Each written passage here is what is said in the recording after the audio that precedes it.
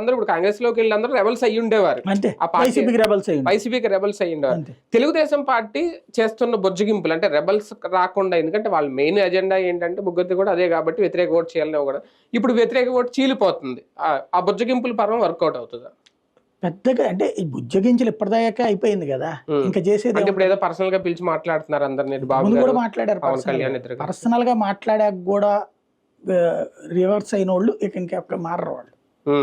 అవును, పర్సనల్ గా చేసిన తర్వాత అంటే ఎందుకు వర్కౌట్ అవుతుంది? ఇప్పుడు ఆయన ఉన్నాడు అరకు దొరన్నది, ఆయన ఓపెన్ గా చెప్తున్నాడు, నన్ను పిలిచారు, మాట్లాడారు, ఎమ్మెల్సీ ఇస్తానన్నారు, మీకు ఏ లోటు రాకుండా చూసుకుంటా అన్నారు, కానీ నాకు నమ్మకం లేదు, నేను ఇండిపెండెంట్ గా పోటీ చేసేస్తున్నాను అని చెప్పి ప్రకటించాడు. అలా ఉన్నారు ఇంకా ఒక 4-5 దాకా ఓపెన్ అయ్యారు. గెలుస్తుంది అనే నమ్మకం ఉంటే తిరగబడరు, ఏదో పోస్ట్ వస్తుంది అని.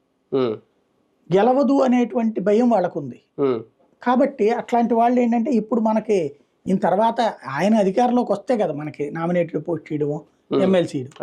ఆయన అధికారంలోకి రానప్పుడు మనకేం ఇస్తాడు?